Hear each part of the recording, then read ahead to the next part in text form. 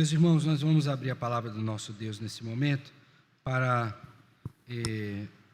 retomar o estudo que iniciamos a semana passada no artigo 12 da Confissão Belga, que falávamos sobre a questão da criação. E ali, naquela oportunidade, afirmamos que Deus é o Criador e Senhor de tudo que existe. E hoje vamos fazer uma inclusão, colocando aí, inclusive, dos anjos. Vamos abrir a Bíblia no Salmo de número 103, inicialmente, verso número 20. Então, no último estudo, dissemos que crer em Deus como Criador é uma questão de fé em Deus, em Sua palavra, que Deus que criou, diferenciou e dotou soberanamente a todos, e que Deus é o Deus de toda a providência. A parte seguinte desse artigo diz exatamente respeito à criação dos anjos, que foi o que eu interrompi, para que hoje nós víssemos isso, dado ser muito extensa esta afirmação neste artigo, tá bom? Então, antes de lermos o texto de Salmo 103, 20, vamos orar mais uma vez ao Senhor, pedindo que Ele nos ilumine. Pai, nós queremos agradecer ao Senhor por Tua bondade conosco, ao nos conceder a Tua palavra viva e eficaz. Pedimos também que o Senhor haja em nós, pelo Teu Santo Espírito, nos iluminando, desvendando os nossos olhos, para que possamos contemplar, ó Deus, as maravilhas da Tua lei. Dá-nos a graça de aprender do Senhor e a minha graça de ser fiel ao Senhor, à Tua palavra. Assim, ó Deus, nós oramos em Cristo, Senhor e Salvador nosso, com gratidão e perdão dos nossos pecados. Amém, amém. Então, Salmo 103, verso 20, lemos assim: Bendizei ao Senhor todos os seus anjos, valorosos em poder, que executais as suas ordens e lhe obedeceis a palavra. Agora vamos para Efésios, capítulo de número 6. Efésios, capítulo número 6. E nós vamos fazer a leitura a partir do verso número 10. Lemos Salmo 103, 20, agora Efésios 6, 10, que diz assim: Quanto ao mais, sede fortalecidos no Senhor e na força do seu poder, revesti-vos de toda a armadura de Deus, para poderdes ficar firmes contra as ciladas do diabo, porque a nossa luta não é contra o sangue e a carne, sim contra os principados e potestades, contra os dominadores deste mundo tenebroso, contra as forças espirituais do mal nas regiões celestes. Amém. Meus irmãos, eu creio que não é difícil para nós percebermos, ao lermos a palavra do Senhor, a existência de anjos, seres angélicos, ou como alguns dizem, seres angelicais. E quando nós olhamos esse termo na Escritura, precisamos saber que, originalmente, o termo anjo está se referindo àqueles que são mensageiros, ok? Então, o termo anjo está relacionado com a palavra o quê? Mensageiro. E esses seres angélicos são aqueles que, juntamente com os homens, são as duas únicas classes de seres pessoais que Deus criou. Não existe outra classe a não ser os homens e também o quê? Os anjos. Assim sendo, esses anjos são agentes morais, inteligentes, não encarnados ou invisíveis de forma usual, embora capazes de mostrar-se aos humanos no que se parece com forma física. Vou repetir essa parte, tá bom? São agentes morais, inteligentes, ok? Morais e inteligentes, portanto, ser morais são responsáveis pelo que fazem, inteligentes, têm capacidade de compreender as coisas, de articular e agir, não encarnados ou visíveis de forma usual, embora capazes de mostrar-se aos humanos no que se parece com a forma física. E nós temos alguns textos bíblicos para comprovar isso. Eu vou citá-los, mas não precisa abrir. Gênesis 18, 2 a 19 e 22. Jó ou João, digo, capítulo 20, versos 10 a 14, Atos 12, de 7 a 10, são textos bíblicos que provam a existência dos anjos. Mas se por um lado a gente tem a clareza da Escritura ao mostrar-nos isto, por outro a gente vê ainda hoje muita confusão nesse sentido. E eu creio que, vasculhando assim, uma de forma muito comum é aquela de achar que nós temos um anjo da guarda. Já ouviu essa expressão? Ah, o seu anjo da guarda é muito forte. Já viu isso? Então você pede pela hora, né? Ou no caso de alguns rezas, dizendo que o anjo da guarda lhe proteja. Mas qual o fundamento disso na Escritura? Nenhum. Não há nenhum texto bíblico que mostre que cada ser humano tem um anjo que Deus colocou ali para lhe proteger. Não, eles são servos do Senhor, eles servem ao Senhor, mas eles não estão diretamente relacionados conosco nesse sentido de proteção. Por quê? Como o nome já sugere, eles são mensageiros de Deus. Mensageiros de Deus. Assim sendo, quando nós olhamos para a confissão belga, particularmente nessa última sessão, 4 questões são postas que eu gostaria de chamar a sua atenção e conferir o texto bíblico com você sobre os anjos. E eu queria que você guardasse bem isso na sua mente. Primeira delas, que eles são seres criados pelo Senhor. Eles não são autoexistentes, eles não criaram, portanto, a si mesmos. Deus os criou. Abra sua Bíblia aí, por favor. Já lemos Salmo 103, 20. Mateus capítulo 4, por favor, verso de número 11. Mateus capítulo 4. Lembremos que nesse texto de Mateus capítulo 4, você tem essa ocasião onde Cristo está sendo tentado, nosso Senhor Jesus Cristo. E depois de ter sido tentado, você vai ver aí 2 manifestações angélicas no mesmo versículo. Uma má, que já vinha acontecendo ao longo do texto, do verso 1 até o verso 10, e outra boa, ok? Então veja primeiro o que o texto diz. Com isto, o deixou o diabo. O diabo é o quê? É um ser angélico, caído. Vamos ver isso já já. Primeira manifestação angélica que você tem nesse texto. Segundo, e eis que vieram anjos, agora você tem a segunda manifestação no texto, de anjos bons, e serviram ao Senhor que tinha acabado de ser o quê? Tentado. Então, a confissão vai dizer que Deus criou os anjos para serem seus mensageiros e servirem aos seus eleitos. Inclusive, serviram ao próprio Senhor Jesus Cristo. Então, quando eu olho para a Escritura e vou considerar acerca dos anjos, eu tenho que ter esta dimensão. Deus os criou e os criou para servir ou servirem ao seu povo. Ok? Está claro isso aqui? Vamos ao outro texto, por favor. Agora, Hebreus, capítulo 1, verso de número 14. Que é outro texto prova que nós temos aí com relação a este aspecto. Verso 14 de Hebreus 1. Olha só o que é dito. Não são todos eles espíritos ministradores? Quem são eles? Os anjos, enviados para serviço a favor dos que hão de herdar o quê? A salvação.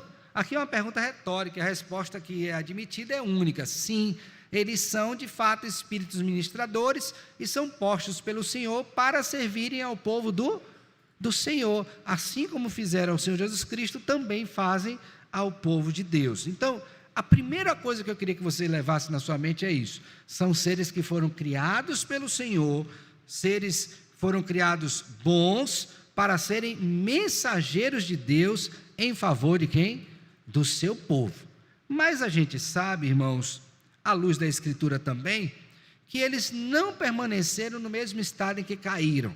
E o texto que eu li com os irmãos, agora há pouco, de Mateus 4,11, eu fiz esta ênfase ali, mostrando que você tinha a ação de Satanás, o diabo, tentando ao Senhor Jesus Cristo, e ele é um anjo, e vimos também a ação de outros anjos que vieram para servir ao Senhor. E a pergunta que você deve fazer, pelo menos imagine, é esta: como que isso se deu?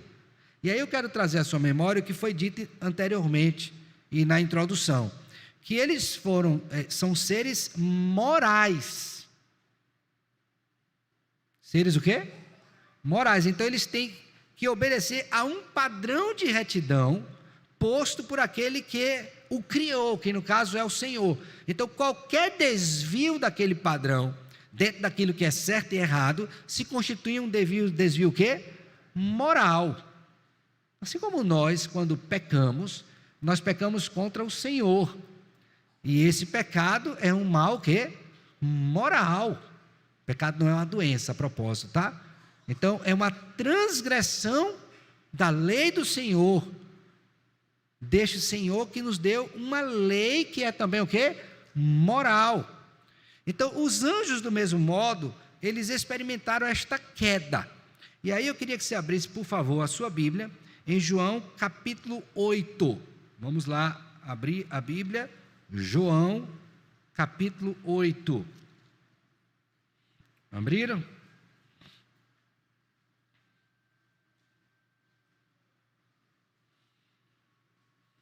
Você vai ver uma referência aqui no Evangelho segundo escreveu João, ao fato de que, quando todas as coisas foram criadas, este anjo maior, no caso Satanás, já havia cometido este mal moral. A referência que João faz aqui é de que ele era maligno desde o princípio. Então vamos ver aí, João 8, 44. Diz assim: vós sois do diabo. Lembre, o diabo é o quê? Um anjo. Ok? Que é vosso pai, e quereis satisfazer-lhe os desejos. Agora preste atenção. Ele foi homicida desde o princípio e jamais se firmou na verdade, porque nele não há verdade. Quando ele profere mentira, fala do que lhe é próprio, porque é mentiroso e pai de quem? Da mentira.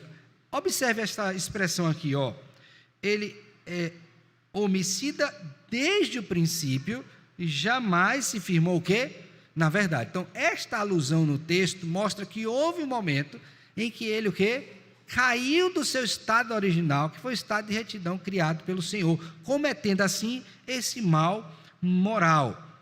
Agora abra a sua Bíblia em 2 Pedro, segunda epístola de Pedro, capítulo 2, por favor. Segunda epístola de Pedro, capítulo 2, verso de número 4. Olha o que é dito. E esse texto aqui é mais explícito ainda, tá? Lembre que eu falei que são seres o quê? Morais, então quando eles transgridem a lei, eles cometem um mal moral.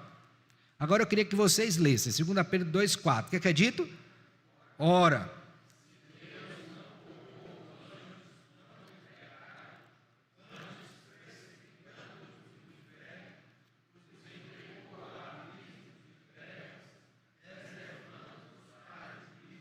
pronto, então veja só, não poupou os anjos quando o quê?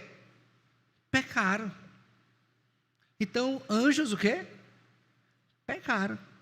Caíram do seu estado original. Deus os criou bom, e como eles eram seres morais, alguns deles, o quê? Deles transgrediram a lei do Senhor, e com isso eles o quê? Pecaram. E lembre bem, todo ser moral é responsável pelo que faz. Pastor, mas isso não seria só para os homens, seres humanos, criados à imagem e semelhança de Deus? Não, os anjos também, porque todo ser moral é responsável pelo quê? Pelo que faz, diante de Deus, ok? Então você tem aí, que esses seres foram criados bons, mas o quê? Pecaram, caíram.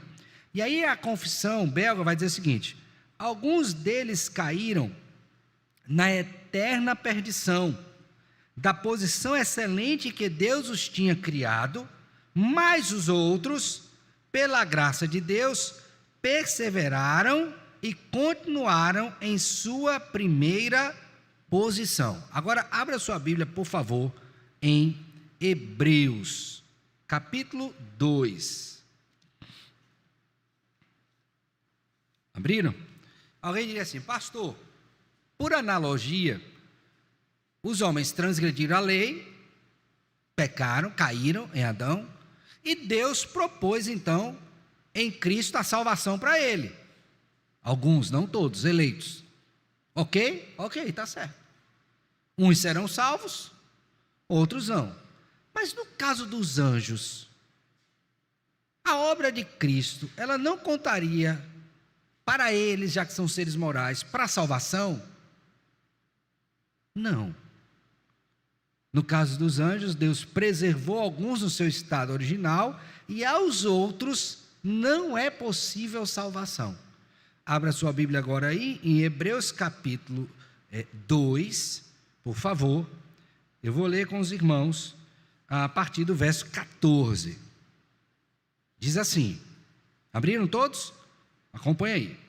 Visto, pois, que os filhos têm participação comum de carne e sangue, destes também ele igualmente participou, para que por sua morte destruísse aquele que tem o poder da morte, a saber quem? O diabo. E livrasse todos que, pelo pavor da morte, estavam sujeitos à escravidão por toda a vida. Aqui ele está falando de anjos ou de homem? De homens. Mas agora veja o verso 16, leiam juntos. Pois ele, evidentemente, não socorre anjos, mas socorre a descendência. Então não há salvação para anjos, só para aqueles que são descendentes de Abraão. Quem são descendentes de Abraão? Aqueles que estão ligados ao Senhor pela fé em Cristo Jesus. Então os anjos caídos, não há salvação para eles. O que foi que Deus fez com os anjos? Ele preservou alguns no seu estado natural, porque foram criados bons, seres morais ainda, servos do Senhor, e depois há aqueles outros que caíram, o estado de condenação é permanente. Por quê? Porque ele não socorre a anjos. Então, não há salvação para o diabo. E por que eu estou enfatizando isso? Porque houve na história da igreja um cidadão que finalmente até propôs salvação para o diabo. Alguém sabe o nome dele? Orígenes. Diz que a salvação era tão ampla, que finalmente o diabo era até salvo. Impossível é isso. Impossível. Mas teve gente que defendeu, e se brincar, ainda hoje defende. Então não há salvação para anjos caídos, somente para aqueles que foram perseverados no estágio natural, porque foram criados assim, preservados assim. Mas a salvação é somente para aqueles que foram criados à imagem e semelhança de Deus. Aqueles que o Filho tomou a forma, carne e osso, portanto habitou encarnado entre nós. Está claro isso aqui, irmãos? Alguma pergunta? Pois bem, a terceira coisa, então primeiro foram criados por Deus, bons, depois houve uma queda. Terceiro, os anjos maus, os bons são servos do Senhor, amigos do povo do Senhor. Os anjos maus são inimigos declarados de Deus e do seu povo. Ouviu isso aí? Os anjos maus são o quê?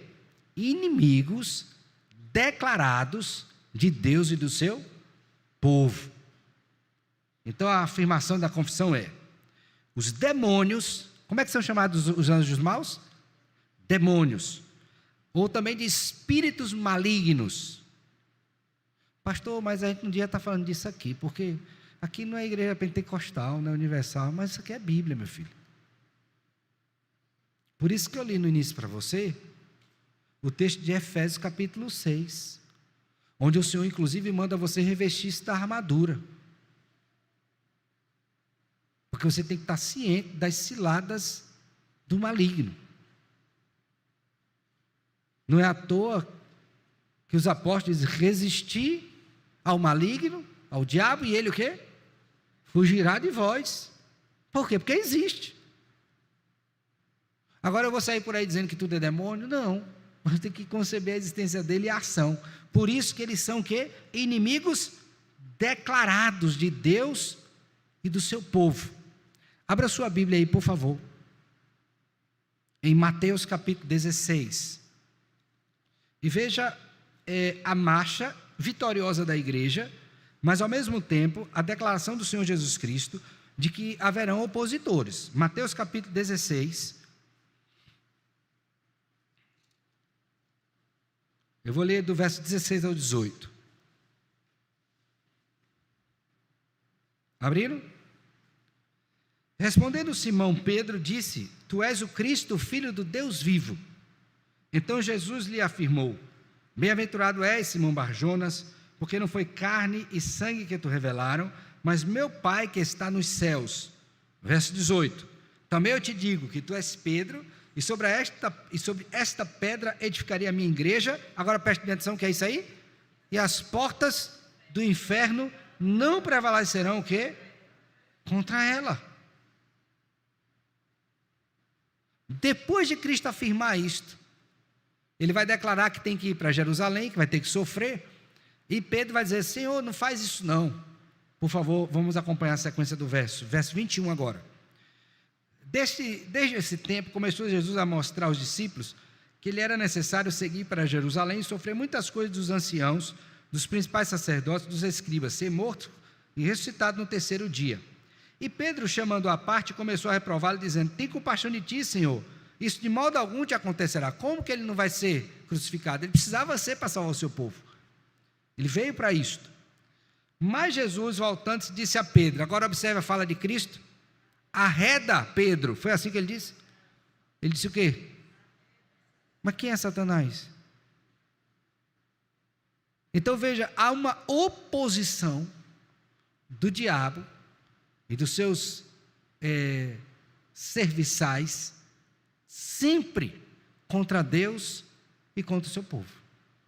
Então eu quero fazer um alerta para você. Você é povo de Deus? Sou, pastor. Amém. Mas você está consciente disso? De que o que o diabo puder fazer, ele vai fazer para lhe destruir? Eu estou dizendo que tudo que acontece na nossa vida é o diabo? Não.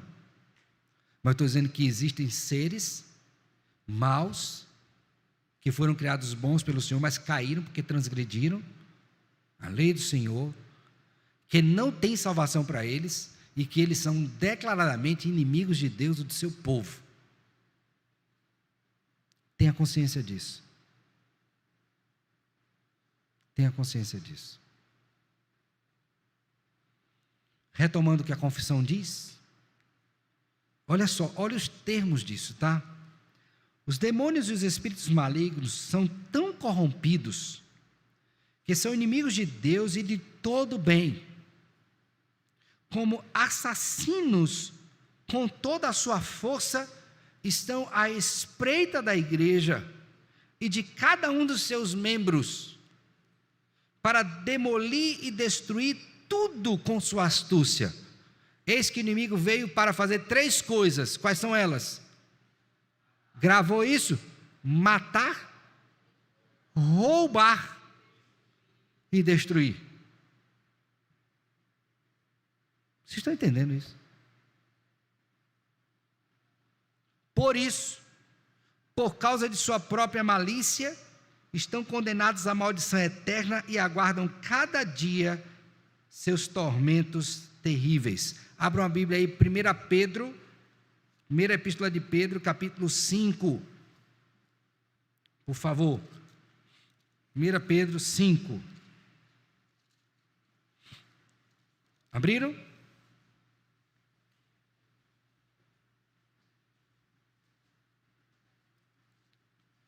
Posso ler? Verso 8. Aliás, eu queria que vocês lessem, para que vocês ouçam com a sua própria voz Deus falando sobre a existência desse mal, o que é que ele intenta fazer. Sede sóbrios para. Sede o quê? Sóbrio é aquela pessoa que ela não está ébria, portanto ela está ciente do que está acontecendo, ela está lúcida. Ela não está entorpecida. Tem gente que parece que vive nesse mundo entorpecido, alheio à realidade. Já disse aos irmãos, a vida cristã, ela usa de figuras que não são simples. Lavrador, trabalha muito ou pouco? Soa muito? É trabalho duro? É. Atleta de top, de linha, né? Treina muito? Muito mesmo? Muito. É dieta, é treino, horas a fios, muito descanso para ter rendimento. E soldado? As 3 metáforas mais utilizadas na Bíblia para o crente. Nenhuma delas mostra que vida de crente é fácil. Por isso que Cristo manda calcular antes. Então ele está dizendo, sede sóbrios, tenha discernimento, esteja atento. E aí a segunda palavra é o quê? Vigilante. A pergunta é, para o quê? Por que eu tenho que viver sempre neste alerta? Aí ele vai dizer a razão. Por quê? O diabo, vosso adversário, anda em derredor, como leão que ruge, procurando alguém para o quê? Brincar. Para ir no parque. O que é que o diabo quer fazer contigo? Aí você acha que ele não existe? Você negligencia a ação dele? E acha que está tudo bem.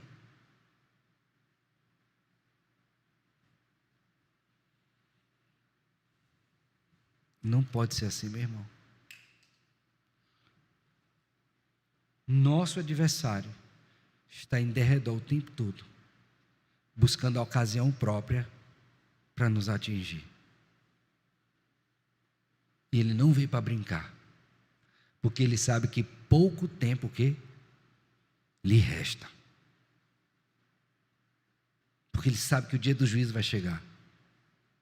Então o que ele puder fazer para nos destruir, ele fará. Então você sabe que eles foram criados, estão caídos, que são nossos inimigos. E por fim, é que nós cremos, diferente de alguns filósofos e religiosos, que eles existem e que eles têm a sua origem em Deus e são corrompidos. Nós cremos assim. É assim que a Bíblia diz. Eu quero finalizar usando um exemplo da Escritura, por favor. Vá lá para Jó, capítulo 1. Você já pensou em alguém com a vida boa, toda equilibrada? Pensou aí?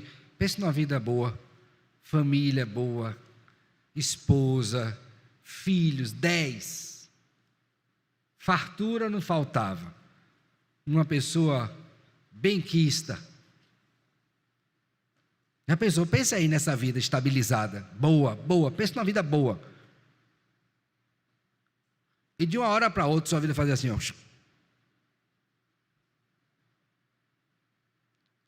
Alguns dizem assim, saiu do céu para o inferno. Quando nós olhamos a vida de Jó, Jó não tinha noção do que estava acontecendo no reino celeste. Mas Deus abre o céu e mostra para a gente o que estava acontecendo lá. Quem você acha que estava lá, diante do Senhor, contra Jó? Na verdade, contra Deus, mas fazendo uso de Jó. Quem que você acha que estava lá? Então vamos ver isso. Verso 6.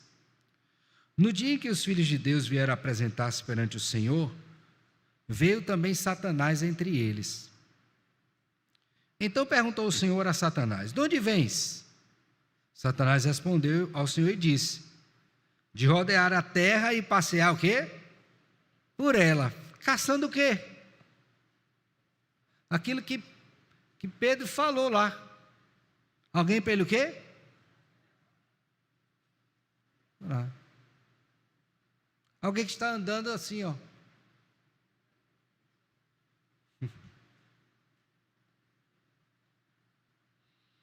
Perguntou ainda o Senhor a Satanás, observaste meu servo Jó? Porque ninguém há na terra semelhante a ele, o homem íntegro e reto, temente a Deus, se desvia do mal. Então respondeu Satanás ao Senhor: porventura Jó debalde teme a Deus? Acaso não o cercaste com sebe a ele, a sua casa e tudo quanto tem? Ou seja, não deu tudo de bom para ele? A obra de suas mãos abençoaste, os seus bens se multiplicaram na terra.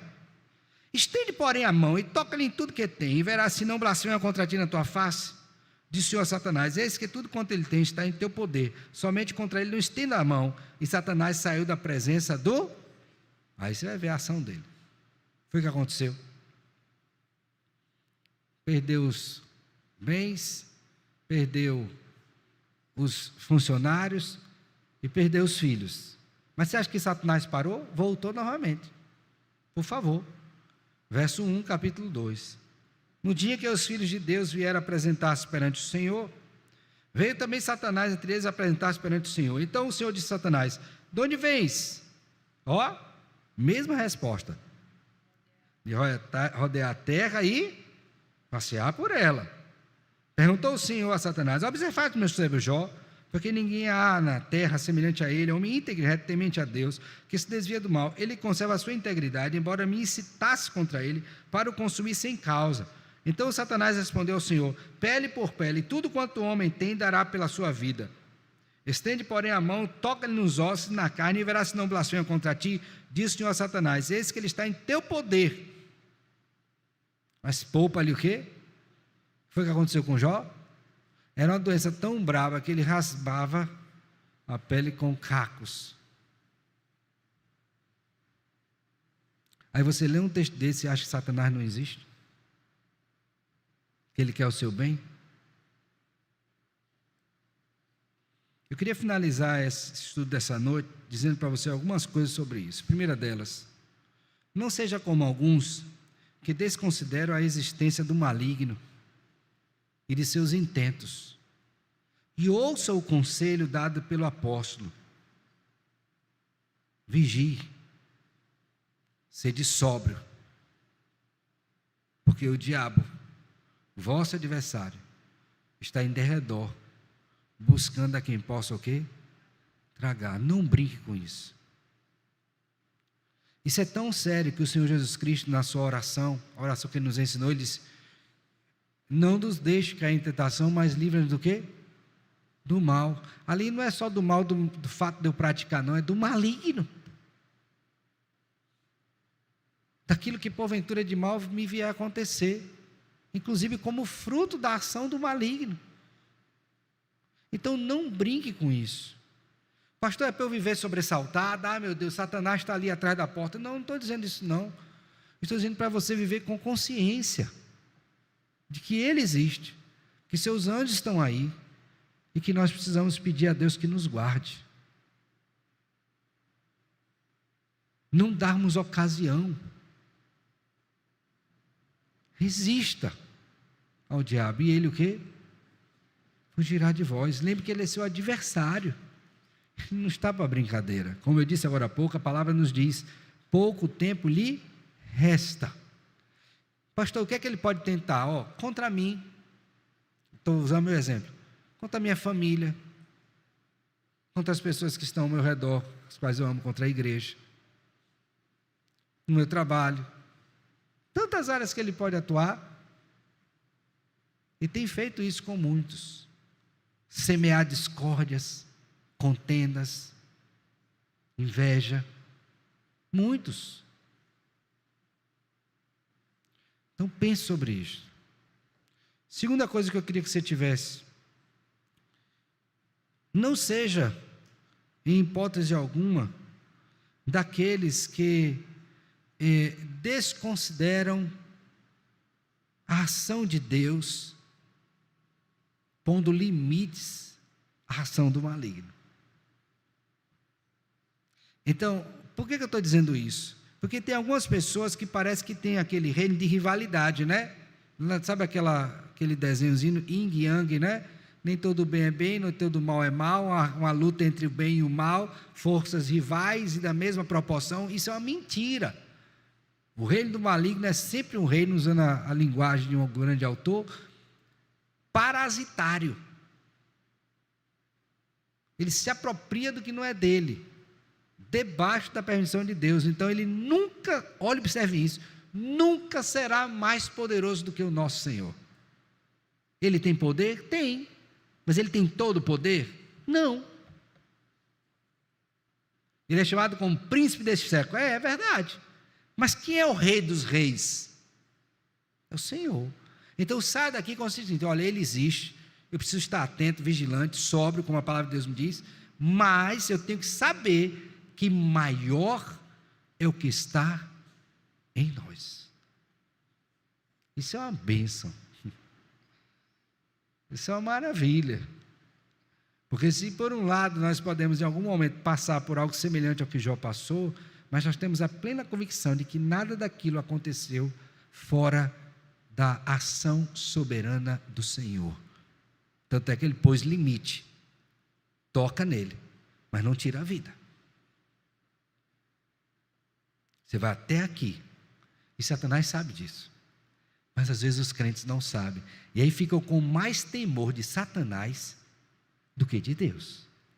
Tema Deus, não tema Satanás no sentido de adorá-lo, não, tema Deus, saiba que ele tem poder, Satanás, é verdade, mas nunca é maior do que o Senhor. Tema ao Senhor. Tanto é que ele diz em sua palavra: devia temer, não aquele que pode fazer mal ao corpo, mas aquele que pode lançar o quê? Tanto o corpo, como o quê? Como a alma, no inferno. Quem é esse que pode fazer isso? Só Deus. Nós não temos poder para isso, não. Então, o máximo que ele vai é no nosso corpo, mas se estivermos salvos, poder nenhum. Então, Deus é maior. E a última coisa que eu queria que você saísse daqui, não é? Pensando. Quando nós estudamos essas doutrinas, irmãos, é porque elas foram importantes ao longo de toda a história do povo do Senhor. Se você vai no Antigo Testamento, você vê a ação de anjos, inclusive com aparições, né? De anjos que, verdadeiras aparições do próprio Senhor ali. Mas isso mostra para nós a importância de estudarmos a doutrina. Inclusive sobre um assunto que parece tão periférico, não é? Mas é tão importante. Por exemplo, para que você não caia no erro de algumas seitas hoje em dia, que exploram essa realidade sem nenhuma base bíblica, mas conduzem muitos a muitos erros. E eu não queria que você passasse por isso. Então conheça a realidade da existência de seres angélicos.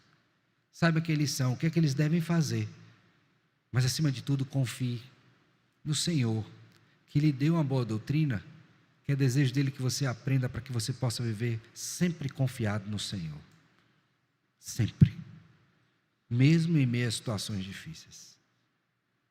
Deus abençoe você ricamente, que você possa praticar aquilo que tem aprendido, segundo a palavra do nosso Deus. Amém.